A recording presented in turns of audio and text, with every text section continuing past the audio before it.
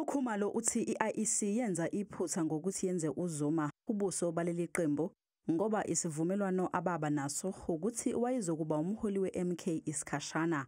Manje-ke ufuna ukuthi inkantolo yezokhetho ikuthathe njengento eyayingekho emthethweni ukuthi i-IEC ifake ubuso bukaZuma njengomuntu ozomela leli qembu okhethweni.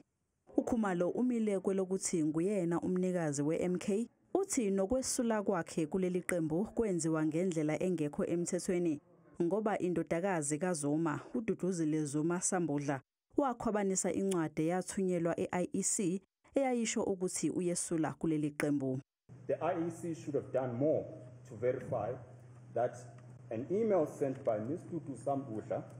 Duduzile Zuma Sambudla is in fact the intention of Mr. Khumalo, particularly because Mr. Khumalo himself had said, "I do not intend to change the party leader." More should have been done.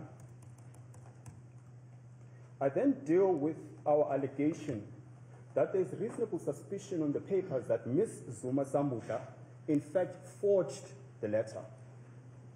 uKhumalo uyingxenye yamalungu MK amisiwe eqenjini MK isigubhukane ngoMbasa. Unikele enkantolo eyolwisana nokumiswa kwakhe kanye nokususwa kobuso bakhe njengomuntu ozomela leli qembu nathi kwafakwa obukaZuma. Umeli kaZuma uAdvocate Dalimpofu SC uthi uKhumalo wabhala izincwadi ezimbili zokwesula kuleli qembu wasithumela e-IEC. Kanti-ke ikhomishana yaqinisekisa lokhu.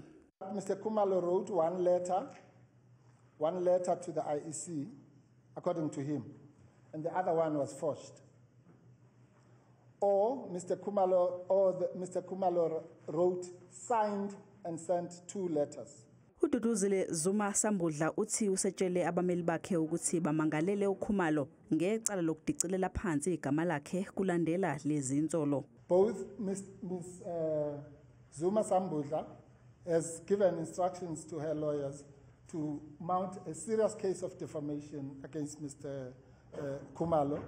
Kusenjalo uKhumalo usinde ngokulambisa khathi abalandeli beqembu abebethukuthele beveva bemhlasela khathi ephuma enkantolo.